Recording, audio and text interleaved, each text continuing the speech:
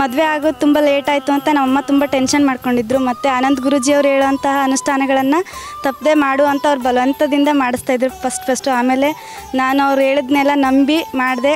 ನನ್ನ ಮದುವೆ ಆಯಿತು, ಈಗ ಖುಷಿಯಾಗಿದ್ದೀನಿ. ಥ್ಯಾಂಕ್ಸ್ ಆನಂದ ಗುರೂಜಿ.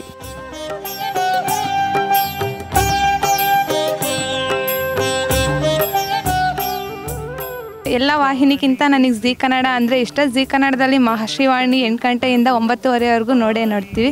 ಅದರಲ್ಲಿ ಬರೋ ವನಸಿರಿಯದ ಬಗ್ಗೆ ಹೇಳೋದು, ರಾಶಿ ಹೇಳೋದು, ಅದೆಲ್ಲ ನಮಗೆ ತುಂಬ ಇಷ್ಟ ಆಗಿದೆ. ರಾಶಿ ಕೇಳಿದರೆ ನಾವು ಎಲ್ಲಿಗೂ ಹೋಗೋದೇ ಇಲ್ಲ, ರಾಶಿ ಕೇಳ್ತೀನಿ. ಆನಂದ್ ಗುರೂಜಿನ ಇಷ್ಟು ಬೇಗ ನೋಡ್ತೀನಿ ಅಂದ್ಕೊಂಡಿರಲಿಲ್ಲ. ಅದು ನಾಯಕನಹಟ್ಟಿಯಲ್ಲಿ ನಾನು ಇಷ್ಟವಾದ ದೇವ್ರ ಹತ್ರನೇ ನೋಡಿ ತುಂಬ ಸಂತೋಷ ಆಯಿತು. ಅದಕ್ಕೆ ನಾವು ಫ್ಯಾಮಿಲಿ ಸಮೇತ ನಾಯಕನಹಟ್ಟಿಗೆ ಬಂದಿದ್ದೀವಿ. ಕಾಡಿದವು ಕರ್ಮಗಳು ಪಾಹಿ ಪರಮೇಶ್ವರ.